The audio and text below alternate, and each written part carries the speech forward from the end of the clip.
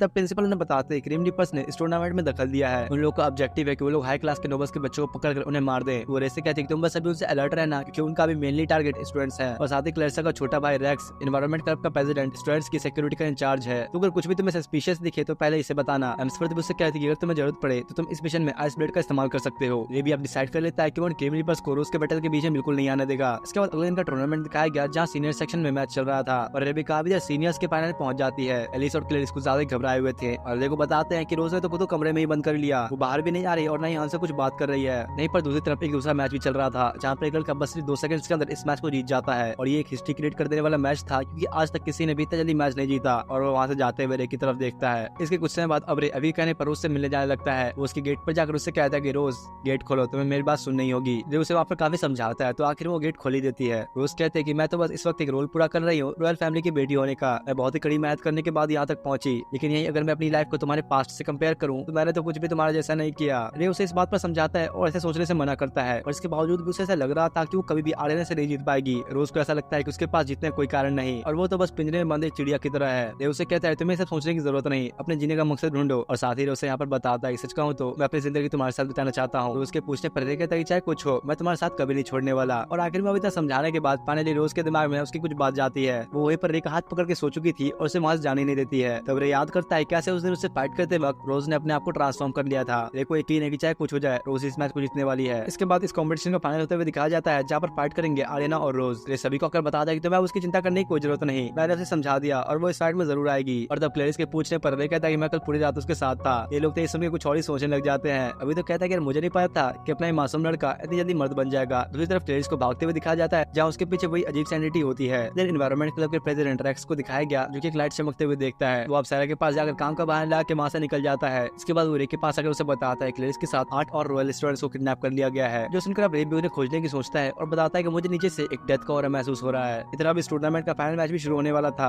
Aryana match के start में अपनी तलवार हवा में फेंक के अपने अंदर से इथर नाम की पावर को तेजी से रिलीज करते हुए कंप्लीटली अपनी बॉडी को पूरी तरह से ट्रांसफॉर्म कर लेती है। आर्यना रोज के ऊपर अटैक करना शुरू करने लगी और अचानक से उसके ऊपर एक खतरनाक मूव इस्तेमाल करती है। जो देखते ही अभी बोलता है कि यार इसी मूव से तो एल्बर्ट हारा था। कैरोलिन बताती है कि आर्यना की फैमिली का फिक्स सॉर्सरी ओरिजिन है। इस मैजिक की वजह से जो नॉर्मली फिजिकल स्ट्रेंथ है वो बहुत ही ज्यादा बढ़ जाती है। आर्यना यहाँ पर बिल्कुल ही रोज के ऊपर थोड़ा भी दया दिखाते हुए उस पर लगातार अटैक्स करती है, लेकिन इतने में अब जल्दी से रोज अपना स्पेशल मैजिक इस्तेमाल करती है। आर्यना ये देख के थोड़ा पीछे हटी और रोज से कहती है तुमसे तो मैं बिल्कुल भी नहीं हारने वाली। इधर रे भी क्लेरिस के पास पहुंच जाता है, जहाँ जैसे ही वो उसे उठाने लगा उस बेसमेंट के अंदर एक मैजिकल ट्रैप क्रिएट हो जाता है, जिससे अभी लोग बाहर के लोग किसी को अट्रैक्ट नहीं कर सकते। और तभी वो सारे क्रिमिनल्स भी सामने आते हैं। रे आप क्लेरिस से माफी मांगते हुए उसे उठाकर तेजी से बाहर की ओर भागने लगा। वो अपनी पावर्स को एक्टिवेट करके आइस ब्लेड्स को निकाल लेता है। रे भी अब इन क्रीम रीपर से फाइट करनी शुरू कर देता है और रे के सामने तो लोग बिल्कुल भी टिक नहीं पाते। वो अब रे से बचने के लिए उसके आसपास कंप्लीट डार्कनेस क्रिएट कर देते हैं, लेकिन फिर भी अपना रे काफी खतरनाक एंटी मटेरियल कोड का इस्तेमाल करता है, जिससे वहाँ पर लाइट सामने आ गई। और साथ ही रे के इस एंटी मटेरियल कोड को क्रिएट करने से जो बैटल चल रही थी, उनके मैजिक क्रिएचर्स जो कि उन्होंने क्रिएट किए थे वो सबके सब गायब हो जाते हैं। कैरोलिन ये देख के समझ जाते हैं कि इसका मतलब रे अपनी एंटी मटेरियल कोड का इस्तेमाल कर रहा है। इस सारे क्रिमिनल पर सब डर के मारे भागने की कोशिश करने लगे और भाई अपने रे के हाथों से इतने आसानी से बच के जाएंगे कहा। वो सभी को अपनी आइस क्रिस्टल्स के अंदर जमा कर देता है। इतने में रेक्स भी वहाँ पहुंच गया और रे कहता है कि मैंने बस अभी नहीं रोका है, मारा नहीं। रेक्स उसे कहता है कि आप तुम जा सकते हो, यहाँ सब कुछ मुझ पर छोड़ दो। और भैया रे तो कुछ ज्यादा जल्दी में था, क्लेरिस को बनाए उतारे वहाँ से निकल जाता है। दूसरी तरफ टूर्नामेंट में आर्यना और रोज में से कोई भी फाइट में गिव अप करने के लिए तैयार नहीं होता, जो देख के आर्यना अब सबसे अल्टीमेट मूव इस्तेमाल करने का फैसला करती है। उसके पूरे शरीर के आसपास बिजली आनी शुरू हो जाती है और उसका रूप तो इस बार बिल्कुल ही अलग होता जाता है। रोज को ये देख के यकीन नहीं होता कि इससे भी ज्यादा पावर्स इंक्रीज कर सकती है। उसी वक्त आर्यना बहुत स्पीड में आकर रोज को एक पंच देती है। इस पर रोज थोड़ा सा डिफेंस करने लगी, लेकिन इसके बावजूद ही वो उस पर एक और खतरनाक पंच मारती है। इस रोज का फादर ही बैठकर देख रहा था। वो अब जमीन पर गिर चुकी थी और आर्यना उसे हार मानने को कहती है। अब यहाँ पर रोज भी वो हार मानी चुकी थी। इतने में रे वहाँ आकर उसे पुकारता है। उसकी आवाज सुनते ही पता नहीं उसके अंदर एक अलग ही जोश बढ़ गया और वो भी अब अपनी पूरी बॉडी को ट्रांसफॉर्म करना शुरू कर देती है। और पूरी तरह से ट्रांसफॉर्म हो जाने के बाद रोज कहती है बेटा आप तो मुझे छूके तो दिखा। वो आर्यना की तरफ घूमते हुए अपने अटैक का इस्तेमाल करती है। उसके अटैक करने के बावजूद भी आर्यना किसी तरह फिर से उस पर अटैक करने लगी, लेकिन वो तो उसके ऊपर अटैक कर ही नहीं पाती और रोज वहाँ से गायब हो जाती है। ऐसा यहाँ पर एक बार नहीं बल्कि कई बार होता है। रोज कहती है मैंने कहा ना तुम मुझे टच नहीं कर सकती। सभी देख के बहुत ही हैरान थे और ये कैरोलिन हर बार की तरह इस बार भी इस अटैक को समझाती है। वो बताती है कि कॉन्सेप्ट है इंटरफेरेंस ओरिजिन का। जहाँ तक मुझे पता है इसमें बटरफ्लाई थ्योरी का भी इस्तेमाल होता है। ये उन अटैक्स में से एक है जिसे स्पेशल सॉर्सर्स इस्तेमाल करते हैं। इसमें अपन जिस बटरफ्लाई पर अटैक करता है वो बटरफ्लाई अपने आप को दूसरे से रिप्लेस कर देती है। इस कारण से इस अटैक के यूजर को कोई टच नहीं कर सकता।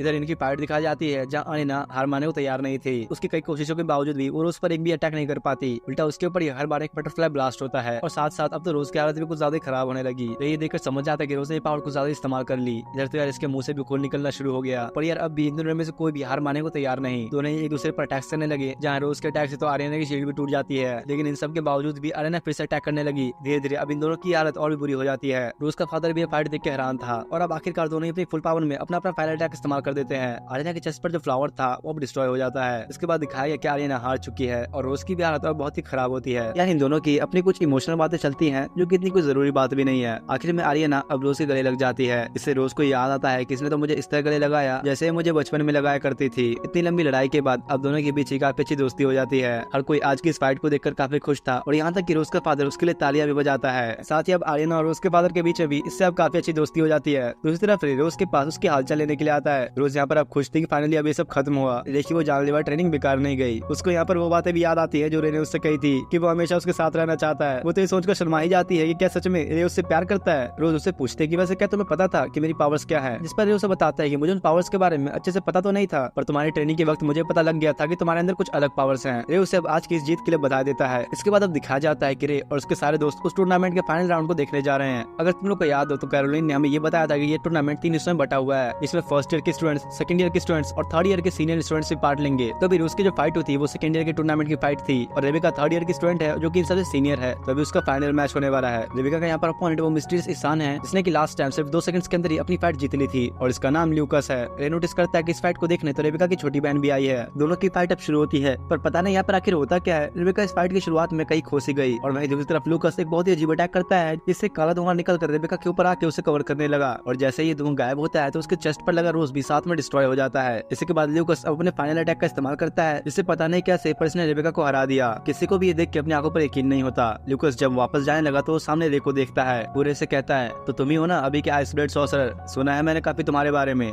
रे कहता है, मुझे पता नहीं था कि फेयरलेस ब्लेड का टाइटल ऑलरेडी पास डाउन किया जा चुका है। उसे यहाँ पर ये समझ नहीं आता कि आखिर लूकस जो कि एक फेयरलेस ब्लेड सॉर्सरर है वो आखिर इन स्टूडेंट्स के टूर्नामेंट में क्यों आया है। और हाँ, ये लूकस उन 7 ग्रेट सॉर्सरर्स में से एक है। जैसे रे को ये पावर्स उसके मास्टर ने दिया था, वैसे लूकस को भी ये पावर्स पुराने फेयरलेस ब्लेड सॉर्सरर ने दी है। लूकस कहता है, मैं सिर्फ तुम्हारी वजह से यहाँ पर आया, मैं तुम्हें साबित करके रहूंगा कि सबसे स्ट्रॉन्गेस्ट सॉर्सरर फेयरलेस ब्लेड है। वो जाते हुए कहता है, याद रखना मैं अगले साल तुमसे ठीक यहीं मिलूंगा। इधर कैरोलिन और बाकी लोग उन रिपर्स के पास पहुंचते हैं जिन्हें कुछ देर पहले रे ने पकड़ा था। कैरोलिन सामने आकर इन पर एक मैजिक करती है जिसका नाम है कैरोल वंडरलैंड, और इसी के बाद ये सारे बिल्कुल होश होकर कैरोलिन की बात मानना शुरू कर देते हैं। जैसा वो कहती है ये लोग बिल्कुल ही वैसा करते हैं। ये देखकर तो प्रिंसिपल भी हैरान थी और कहती है कि तो सच में स्पेल बाइंडिंग सॉर्सरर है जो कि किसी का भी दिमाग कंट्रोल कर सकती है। यही कैरोलिन उससे उनके बॉस का नाम और उनके फ्यूचर प्लानिंग के बारे में पूछती है। और अब इससे पहले कि लोग कुछ बोल पाते, इन सभी के हेड अचानक से ही पता नहीं क्या सुपर ब्लास्ट हो जाते हैं। इधर एकेडमी के अंदर डे को दिखाया गया जो कि सभी से कहता है, हमें अब इस आने वाले स्कूल फेस्टिवल में मिड कैफे बनाना चाहिए। असल में इस एकेडमी में कुछ दिन बाद एक फेस्टिवल शुरू होने वाला है जिसके लिए सभी को मिलकर एक स्टॉल बनाना है। तो रे यहाँ पर आकर सभी को सजेशन दे रहा है मेड कैफे बनाने का, पर कोई भी इसकी बात पर एग्री नहीं करता क्योंकि मेड बनने का मतलब सर्वेंट बनना है। इसके बाद एक दिन पहले का सीन दिखाया गया जहाँ रोज रे को बताती है कि आने वाले कल्चरल फेस्ट में उसे एक मेड कैफे बनाना है। रे को उसका आइडिया काफी पसंद आया, उसे लगता है कि बहुत लोग इस आइडिया पर हाँ करेंगे। पर दिक्कत तो ये थी कि इस एकेडमी के अंदर सारे रॉयल फैमिली के बच्चे भरे पड़े हैं, तो ये लोग इतने आसानी से मेड बनने के लिए थोड़ी ना मानने वाले। रोज ऐसी 2-4 बातें और कह के रे को मेड कैफे बनाने के लिए अपनी साइड कर लेती है। और अब अगले दिन रे जोश में आकर सभी को मनाने के लिए मेड कैफे से रिलेटेड 2-4 बातें फेंकता है और कहता है कि भाई अगर तुम लोग कर लोगे ना तो इससे एक बहुत बड़ा रिवॉल्यूशन आ जाएगा। पर उसके भाषणों का भी कोई फायदा नहीं होता, किसी को भी उसमें कोई इंटरेस्ट नहीं आता। अब तभी कैरोलिन एक मेड की ड्रेस पहन के वहाँ पर आती है, जिसके बाद तो सभी इसके लिए हाँ कर देते हैं। लड़के तो लड़के, पर भाई लड़कियां भी यहाँ पर कैरोलिन के ऊपर फिदा हो रही हैं। रे और रोज तो इससे काफी खुश होते हैं कि चलो जो भी हो अपना काम तो हो गया। तभी उनके पास सारा आके उन्हें बताती है कि रेबेका की एंगेजमेंट हो चुकी है। और इसी के बाद रेबेका को एक लड़के के साथ दिखाया जाता है जहाँ पर इस लड़के का नाम इवान है। यहाँ एक पास्ट का सीन भी दिखाया गया जहाँ पर इवान रेबेका के फादर से एक कॉन्ट्रैक्ट बनाता है कि आपसे जो मैं बोलूंगा वही होगा। वहीं दूसरी तरफ एक और बंदे को दिखाया गया जो किसी के अंदर से एक सोल खींचकर निकालता है। साथ ही यहाँ पर उसके जैसा एक दूसरा इंसान भी था जो कि उसका ब्रेन निकाल लेता है। उनमें से एक पूछता है कि वैसे भला यह है कौन जिसे हम मार रहे हैं, तो दूसरा वाला उसे बताता है कि एक असैसिन है। वो कहता है कि हमारे ऑर्गेनाइजेशन में कोई भी ढंग के लोग नहीं, जल्दी से जल्दी हमें एक वेसल खोजना होगा। यहाँ ये लोग आपस में किसी लड़की के बारे में बात कर रहे थे जिससे अब ये लोग अपना वेसल बनाने वाले हैं। इसी के बाद रेबेका को दिखाया गया जिसकी आइज येलो हो चुकी है और साथ ही उसकी आंखों से खून भी निकल रहा था। अगले दिन रेबेका के पास आकर उसे उसके एंगेजमेंट के लिए कांग्रेचुलेशंस कहता है, जिस पर वो उसे कहते हैं कि चिंता मत करो, मैं इतनी जल्दी एकेडमी से नहीं जा रही, ग्रेजुएशन होने तक मैं एकेडमी विजिट करती रहूंगी। रेबेका रे से हाथ मिलाते हुए कहती है, मैं तुमसे आगे और भी बहुत कुछ सीखना चाहती हूँ। इसके बाद रे और स्कूल के बाकी सारे स्टूडेंट्स फेस्टिवल के लिए स्कूल के डेकोरेशन में बिजी हो जाते हैं। सब यहाँ पर बड़ा ही मिलजुल कर काम कर रहे थे, जो देखकर अभी आकर रे से कहता है कि देख भाई तेरी बातें असर कर गई सबको। इसके बाद रे सैरा के पास आने वाले फेस्टिवल की परमिशन लेने के लिए आता है। उसको तो इस बात पर यकीन ही नहीं होता कि रे ने सारे रॉयल फैमिली के बच्चों को मेड बनने के लिए मना लिया। रे उससे पूछता है कि वैसे अभी बाकी के काउंसिल मेंबर्स आकर कहाँ गायब हैं। सैरा को भी लगा ही था कि रे जरूर ये चीज नोटिस कर लेगा। वो रेबेका से पूछती है क्या मैं से वो बता दूं, और तब रेबेका रे से कहती है कि दरअसल ये सब हुआ मेरे एंगेजमेंट की वजह से। सैरा बताती है कि स्टूडेंट कमेटी के जो कॉर्निया है उसका एंगेजमेंट होने वाला था इवान से, पर अब क्योंकि उसकी एंगेजमेंट रेबेका के साथ हो चुकी है तो उसे ऐसा लगता है कि रेबेका ने जानबूझ के उसके होने वाला हस्बैंड उससे छीन लिया और बाकी के स्टूडेंट्स भी उसी को सपोर्ट कर रहे थे, इसलिए उन लोगों ने इस कमेटी को छोड़ दिया। रे को सुनकर अच्छा नहीं लगता तो रेबेका से कहता है कि मैं आप लोगों की मदद करूंगा। रे अब जब वहाँ से बाहर निकलता है तो सैरा भागते हुए उसके पीछे आती है। रे को बताती है कि अभी जो रेबेका की एंगेजमेंट हुई है इससे पक्का कुछ न कुछ तो गड़बड़ है, क्योंकि इन लोगों की एंगेजमेंट हो तो गई लेकिन किसी को भी इनके बीच के रिलेशनशिप के बारे में पता नहीं था। वैसे भी रेबेका की फैमिली टॉप 3 फैमिलीज में से एक है, ये चीज तो बिल्कुल ही इम्पॉसिबल है। सैरा कहते हैं कि मुझे इवान कोई अच्छा इंसान नहीं लग रहा, कुछ तो ऐसा है जिससे हम लोग अभी अनजान है। वो रे से रेबेका का ध्यान रखने के लिए रिक्वेस्ट करती है। और अब सीधा रे इसके बाद आता है अपनी मास्टर के पास। देखिए सारी बातें बताने पर एम्सवर्थ अपनी मेड से पूछती है क्या तुम्हें लगता है इस इवान में कुछ गलत है क्या, जिस पर वो कहते हैं कि इवान तो काफी हाई क्लास फैमिली से है तो मुझे नहीं लगता कि इसमें कुछ दिक्कत वाली बात है। एम्सवर्थ कहते हैं कि वैसे मुझे नहीं लगता कि रेबेका की एंगेजमेंट इतनी जल्दी होनी चाहिए थी, तुम चिंता मत करो हम इस पर इन्वेस्टिगेशन करेंगे। इसके बाद रेबेका को दिखाया गया जिससे रे के पास की कुछ मेमोरीज आती है। वो जब जाने लगी तो उसकी छोटी बहन मारियाना उसके पास आकर उससे पूछती है क्या तुम अपनी इस एंगेजमेंट से खुश हो। रेबेका कहती है कि वैसे भी इससे क्या ही फर्क पड़ता है, आखिर में मैं टॉप 3 फैमिलीज में से एक की सबसे बड़ी बेटी हूँ तो मुझे तो अपनी फैमिली के ऑर्डर्स मानने ही होंगे। ये कहकर रेबेका वहाँ से निकल जाती है और अपने रूम में आकर काफी रोती है। अब यहाँ पर इसके बाद रेबेका की छोटी बहन का बचपन दिखाया गया जहाँ पर पता नहीं क्यों पर लोग इसे चिढ़ाते ही रहते हैं, लेकिन वही रेबेका अपनी बहन को हमेशा संभालती और उसे हर चीज में सपोर्ट किया करती। और इसी के बाद मारियाना अपने कानों में पिन लगा लेती है। उसकी मॉम उसे डांटने लगी क्योंकि वो एक टॉप रॉयल फैमिली की बेटी है, ये सब चीजें इन्हें शोभा नहीं देती। वहीं दूसरी तरफ स्कूल फेस्टिवल दिखाया जाता है जहाँ पर सारे सारी लड़कियों ने मेड की यूनिफॉर्म्स पहनी हुई है। इतने में रोज भी इसी ड्रेस में वहाँ पर आती है और रे को बड़ी क्यूट लगी तो उसकी वो काफी तारीफ करता है। पर बेचारी लेडीज को तो इन लोगों ने सभी से अलग एक होस्ट का आउटफिट दे दिया है, पर फिर भी अपना प्ले बॉय उसकी भी काफी तारीफें करता है। इसके बाद शाम का सीन दिखाया गया जहाँ पर रास्ते में रे देविका से मिलता है। वो उसे बताती है कि क्योंकि अभी उसकी एंगेजमेंट हो चुकी है तो बहुत ही जल्द इस टाउन को छोड़ देगी। यहीं पर फिर इन्हें इवान भी मिलता है। इवान रे से पूछता है, क्या तुम ही हो वो? मैंने सुना है तुम इसका बड़ा ख्याल रखते हो। चलो अब तुम जा सकते हो, यहाँ से मैं इसे खुद ले जाऊंगा। वो जब अब रेबिका को लेकर जाने ही लगा तो रे उसे देखने की कोशिश करता है, पर अचानक ही वहाँ बीच में कहीं से एनवायरमेंट क्लब का प्रेसिडेंट आ गया। इधर प्रिंसिपल और बाकी सभी की मीटिंग चल रही थी जहाँ पर वो सभी को बताती है कि इवान के घर पर कोई भी नहीं रहता, यहाँ तक कि कोई नौकर भी नहीं। वो रेबिका को वहाँ अकेले ही ले जाता है और वैसे वो बहुत समय से सॉर्सरी सोसाइटी और गर्ल्स की मीटिंग अटेंड कर रहा है। इन लोग को यहाँ पर ये शक हो रहा है कि इवान इतने समय से अपना भेष बदल कर ये सारी मीटिंग्स अटेंड कर रहा है। तब एम्सवर्थ बताती है कि असल में उसका मकसद है रेबिका का सॉर्सरी है चुराना। इसका मतलब हुआ ये कि इवान सॉर्सरी है का कलेक्टर है। इसके बाद फिर उसी इंसान को दिखाया जाता है जो कि किसी से कहता है कि रेबिका जैसी अवेकन होगी वो डोर भी खुल जाएगा। और जब वो इंसान अपना मास्क हटाता है तब यहाँ पता चलता है कि और कोई नहीं बल्कि इवान है।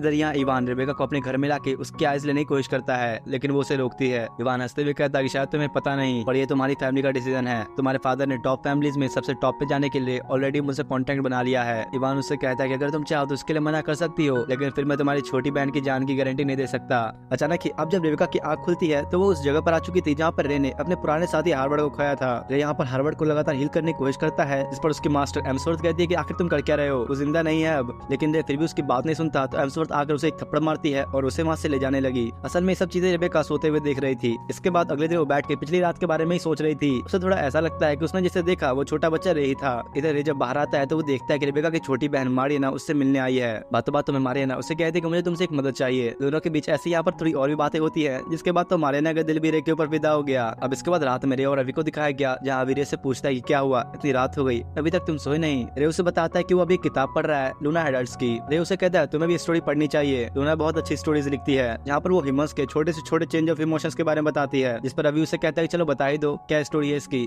रे बताता है कि एक डीमन गर्ल के बारे में है जो कि औरों से बहुत अलग लगती थी, इसलिए वो हमेशा अकेले ही रहा करती। लेकिन एक दिन उसे एक टीनेजर मिली और उसने आज तक किसी ह्यूमन से मुलाकात नहीं की थी, तो उसे भी नहीं पता था कि वो उसे कैसे मिले। पर फिर भी उस लड़की से मिलने के कारण इंसानों के तरीकों को वो धीरे धीरे समझने लग गई। लेकिन एक दिन वो डीमन कहीं गायब हो जाती है और इधर ये ह्यूमन गर्ल हमेशा उसका इंतजार करती रहती उसकी फीलिंग्स को समझने के लिए। अभी कहता है यार ये तो सच में एक सैड स्टोरी है। रे बताता है कि वो अभी एंडिंग तक नहीं पहुंचा, उसे उम्मीद है कि लास्ट में एक हैप्पी एंडिंग ही होगी। इसके बाद जब रे सो जाता है तो उसे सपना आता है उसी हार्वर्ड के फ्यूनरल का। रे कैरोलिन के साथ था जो कि काफी रो रही थी। वहीं पर रे को रेबेका की आवाज आती है जो कि उसे पूछती है कि आखिर तुम हो कौन। रे उसे कुछ बात करने की कोशिश करने लगा कि तभी उसकी आंख खुल जाती है। रे उठकर उसी के बारे में सोचने लगा और यही उसकी आंखों से खून के आंसू तक आते हैं। और हाँ, क्लाइमैक्स तो अब आने वाला है जहाँ पर ये सभी चीजों का पता लगेगा कि आखिर ये सब चल क्या रहा है। अब अगले दिन स्कूल फेस्टिवल स्टार्ट हो जाता है, सब यहाँ काफी एंजॉय करते हैं और भाई अपना रे तो फिर से लिली वाइट के गेटअप में सबके सामने आता है, जो देखिए लड़के और लड़कियां सभी के होश उड़े हुए थे। असल में यहाँ पर रे को कोई पहचान नहीं पा रहा था, पर वहीं आर्यना रे की हरकत इस लड़की के गेटअप में देखकर अलग ही सदमे में आ चुकी थी। अभी और अल्बर्ट भी यहाँ पर हैरान होते हैं, उन्हें तो ऐसा लग रहा था कि सच में कोई मेड है, बिल्कुल प्रोफेशनल वाली। इसके बाद शाम होने पर मारियाना लिली वाइट की फोटो लेकर वहां से जाने लगी। वो लिली वाइट को देखकर यानी रे के इस गेटअप को देखकर काफी खुश थी। पर तभी रास्ते में चलते हुए उसे एक लेडी मिली जो कि उसे कहती है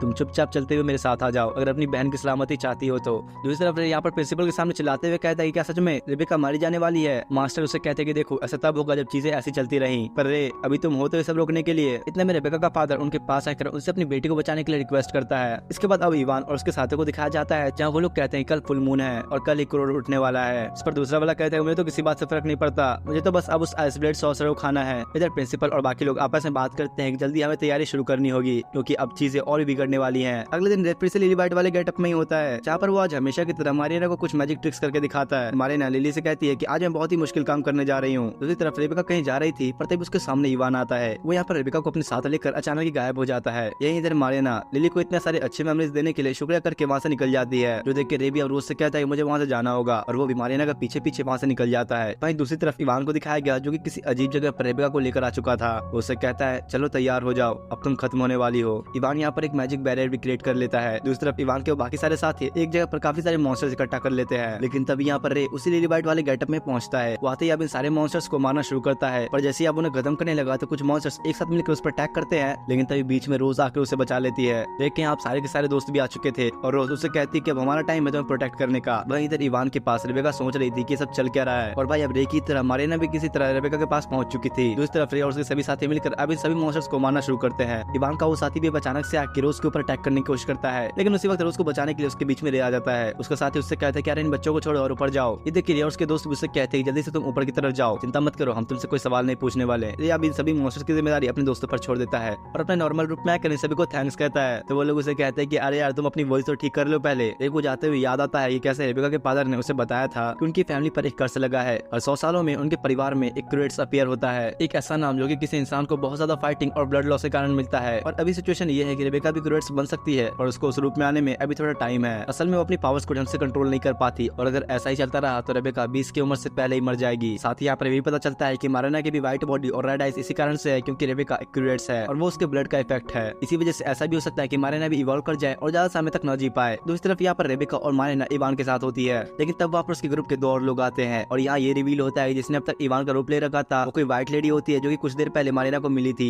इवान तो असल में ये है जिसने अपने शरीर पर चादर ओढ़ रखी है। असल में इस लड़की का नाम लिज है जो कि कुछ 10 साल पहले इवान के रूप लेकर उसके घर में रहती आ रही थी और लिज इवान का रूप लेकर रेबेका को यहाँ पर इसलिए लेके आई है ताकि वो रेबेका को क्रूएट्स बनने से रोक सके। इवान ये देख के उसे अब जान से मारने की कोशिश करता है क्योंकि उसे अकादा नाम के किसी इंसान तक पहुंचना है और उसके लिए उसे क्रूएट्स की जरूरत पड़ेगी। लिज रेबेका के पास आकर उसे खुद से दूर करती है और अब अपनी पावर्स का इस्तेमाल करते हुए इवान को भी वो एक अलग डायमेंशन में भेज देती है। इसके बाद मारिना लिज के पास आती है। लिज उसे कहती है कि लगता है तुमने अब डिसाइड कर ही लिया, जिस पर मारिना उसे हाँ करती है। अब इतने में यहाँ रे भी पहुंच गया जो देख के इवान के साथी भी समझ जाता है कि जरूर इस जनरेशन का आइस ब्लड सॉर्सरर है। रे उसे देख के कहता है तुम तो ग्लूटेन हो ना, सुना है मैंने तुम्हारे बारे में, तुम तो वो सॉर्सरर हो जो कि बाकी सॉर्सरर्स की मैजिक एबिलिटीज को चुराता है। और ये ग्लूटेन जो है ना वो भी 7 ग्रेट सॉर्सरर्स में से एक है। वो अब रे को देखते उस पर अटैक करने की कोशिश करने लगा क्योंकि तभी वहाँ पर एक वॉल से टकराकर वहीं पर गिर जाता है और ये वॉल रेज ने क्रिएट की है। वो रे को बताती है कि वही है इमेजिनरी सॉर्सरर। जो सुनकर रे को अब समझ में आता है कि ये सारा प्लान इसका ही था। लिज कहती है कि मेरे बेका को ओवर पावर करूंगी और मुझे उम्मीद है कि फिर तुम उसके ऊपर लगे सील को तोड़ दोगे अपना क्रोनोस लॉक की मदद से। ये बात याद रखना है कि तुम ये कैसे सॉर्सरर हो जो कि उसके साथ क्रोनोस लॉक क्रिएट कर सकता है क्योंकि तुम उसे काफी करीब हो। इतने में ग्लूटेन भी अब वो वॉल तोड़ देता है। लिज उसे कहती है कि अब इसे तुम ही संभालो। रे भी अब यहाँ पर कोई चांस नहीं लेना चाहता था तो वो अपनी पावर्स को रिलीज करना शुरू कर देता है। इधर रिज अब उस डायमेंशन में जाने लगी जहाँ पर उसने इवान को भेजा था। यहाँ रे के ऊपर ग्लूटेन अपनी पावर्स की वजह से काफी भारी पड़ने लग रहा था। वहीं लिज इवान के पास जाकर उसे अपनी बात समझाने की कोशिश करने लगी, लेकिन वो कुछ सुनने वाला कहाँ था। अचानक इवान गुस्से में आकर एक डार्क मैजिक से भरे हुए की को अपने गले मार लेता है, ठीक प्रोफेसर ग्रे की तरह, और इसी के बाद से उसकी बॉडी अपना कंट्रोल खोने लग जाती है। वो लिज पर अटैक करने की कोशिश करता है कि तभी वो उसे बर्फ में जमा देती है। लिज के पास ही भाई कम पावर्स नहीं थी, वो किसी तरह के मैजिक पावर का इस्तेमाल करने लगी जिसका नाम है क्वाटोसिस। इससे उस पर अटैक करती है जिससे इवान की अब तो पूरी बॉडी जलना ही शुरू हो गई। ये अटैक इतना ज्यादा पावरफुल था कि वो भी उसे झेल नहीं पाता और वापस अपने असली रूप में आ गया। पर इवान इस बार काफी ज्यादा घायल होता है। वो लिज से कहता है तो ये है सबसे स्ट्रॉन्गेस्ट सॉर्सर की पावर्स, जिस पर लिज उसे बताते कि नहीं ऐसा नहीं है, मैं सबसे पावरफुल नहीं हूँ, सबसे ज्यादा पावरफुल है वो आइस ब्लेड सॉर्सरर। वो कहती है कि रे तो मुझसे कई गुना ज्यादा स्ट्रॉन्ग है, इतना कि वो पूरे वर्ल्ड पर राज कर सकता है। इधर दूसरी तरफ रे को दोस्तों को दिखाया गया जो काफी सारे मॉन्स्टर्स को हरा चुके थे, लेकिन बस यहाँ कुछ ही देर में वो सारे मॉन्स्टर्स वापस खड़े हो गए और इस बार तो और भी ज्यादा पावरफुल बनकर। अब इससे पहले कि सारे मॉन्स्टर्स कुछ कर पाते एम्सवर्थ और बाकी सारे सॉर्सर्स वहाँ पहुंचते हैं और भाई यहाँ तो बस एम्सवर्थ के मेट के पास इतनी पावर्स थी कि वो इतने सारे मॉन्स्टर्स को एक बार में ही हरा देती है। यहाँ तीनों ही सॉर्सर्स प्रिंसिपल, कैरोलिन और खुद एम्सवर्थ भी यहाँ पर अपनी पावर्स का यूज करती है। वो आसमान से एक आइस ब्लेड निकालकर सारे के सारे मॉन्स्टर्स को बस एक ही बार में खत्म कर देती है। इधर अब रे को दिखाएगा जिसकी अब काफी बुरी हालत हो चुकी थी। ग्लूटेन भी अब उसे हराने के लिए अपनी फुल पावर्स की रेंज में आकर रे के ऊपर खतरनाक अटैक करता है, जिसके लगने से रे काफी दूर जाकर गिरता है। ग्लूटेन तो धीरे धीरे रे की कुछ ज्यादा ही बुरी हालत करने लगा और रे भी अब शांत थोड़ी बैठने वाला था। वो भी अपनी पावर्स को अनलॉक करना शुरू करता है। ग्लूटेन रे के ऊपर एक बहुत ही पावरफुल अटैक करता है, लेकिन इससे रे की तलवार तक नहीं टूटती। रे तो यहाँ पर कोई अटैक भी नहीं करता, उसकी बस पावर्स अनलॉक होने के कारण ग्लूटेन का तो शरीर ही काम करना बंद कर देता है। रे की पावर्स यहाँ पर इतनी ज्यादा थी कि अब ग्लूटेन तो अपने मरने के कगार पे आ जाता है। उसे अब समझ में आता है कि यह एक आइस ब्लेड सॉर्सरर की रियल पावर्स। रे भी अब इसकी वजह से कुछ ज्यादा ही थक चुका था तो वो जमीन पर वहीं पर गिर जाता है। रेबेका उसकी मदद करने के लिए जाने ही लगेगी तभी मारिना उसे रुकते हुए कहती है कि तुम्हारी गलती है, हमेशा बस तुम अपने अच्छे होने का नाटक करती रहती हो। जिस पर रेबेका उसे कहती है क्या तुम्हें अंदाजा भी है मैं किन किन चीजों से गुजरी हूँ। अचानक तभी मारिना रेबेका को एक थप्पड़ मारती है। वो कहती है कि असली बेवकूफ तो तुम हो, तुमने अपनी मर्जी से ही सब कुछ किया, सिर्फ तुम्हारी वजह से ही हर कोई हमेशा मुझे तुमसे कंपेयर किया करता था। ये सुनते ही रेबेका मारिना के ऊपर कूद के उसे थप्पड़ मारती है। वो कहती है कि बस यही वजह है कि मुझे तुम पसंद नहीं, तुम कभी भी हमारे पेरेंट्स की बात नहीं मानती, बस अपनी मर्जी चलाती रहती हो। मारिना के पूछने पर रेबेका कहती है कि चाहे जो हो मैं कभी नहीं चाहती कि तुम मुझसे दूर जाओ, तुम्हारे बारे में मुझे बस कुछ चीजें पसंद नहीं और फिर भी मैं तुम्हें कभी खोना नहीं चाहती।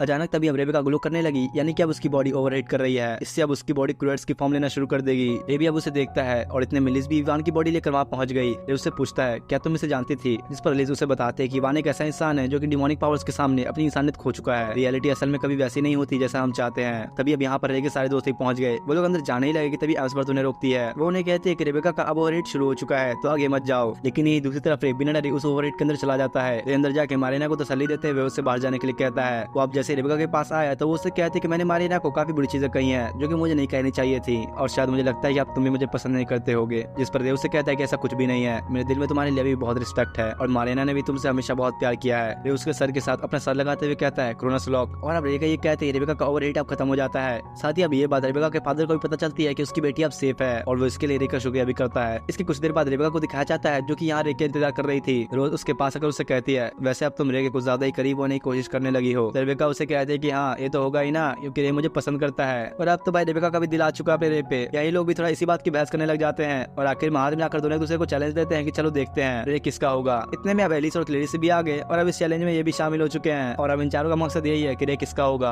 अगले दिन रे हार्वर्ड के ग्रेव के पास जाता है जहाँ वो अपने सारे दोस्तों को लेकर आया है। रे उसे कहता है क्या आप इमेजिन कर सकते हो मैं अब एक स्टूडेंट हूँ और मैं आपको खो देने के बाद मुझे पता नहीं था कि मुझे आगे क्या करना है, लेकिन तब वो मास्टर ही थी जिन्होंने मुझे सही राह दिखाई और अब तो मेरे पास काफी सारे दोस्त भी हैं जो कि मेरी इतनी परवाह करते हैं। इसके बाद शाम का सीन दिखाया गया जहाँ पर रे कहीं जा रहा होता है कि तभी उसे रास्ते में मारिना मिलती है। वो उसे कहती है कहाँ थे, मैं तुम्हें बहुत समय से ढूंढ रही थी, मैं चाहती हूँ कि तुम मेरे साथ मैजिक स्वॉर्ड में पार्टिसिपेट करो। ये सुनकर तो रे भी हैरान होता है कि भला ये मैजिक स्वॉर्ड क्या है। इसके बाद अगले सीन में एक छोटी सी लड़की को दिखाया जाता है जो कि बड़ी आसानी से एक बहुत बड़ी पावरफुल मॉन्स्टर को हरा देती है। वो कहती है कि यार ये सब तो काफी बोरिंग है, पता नहीं मेरा भाई कब वापस आने वाला है। और अब इसी के साथ इस एनिमे का ये सीजन यहीं पर एंड होता है। और हाँ ये पूरा कंप्लीट सीजन था और अभी तक इसका सेकंड सीजन नहीं आया है। और ये तुम लोग को इस चैनल पे आने वाले टाइम में बहुत ही खतरनाक और ऐसे एनिमेस देखने को मिलेंगे जो कि तुम लोग ने आज से पहले कभी देखे भी नहीं होंगे। तो वीडियो को लाइक करके चैनल को सब्सक्राइब जरूर कर लेना। मिलते हैं नेक्स्ट वीडियो में, तब तक के लिए थैंक्स फॉर वॉचिंग।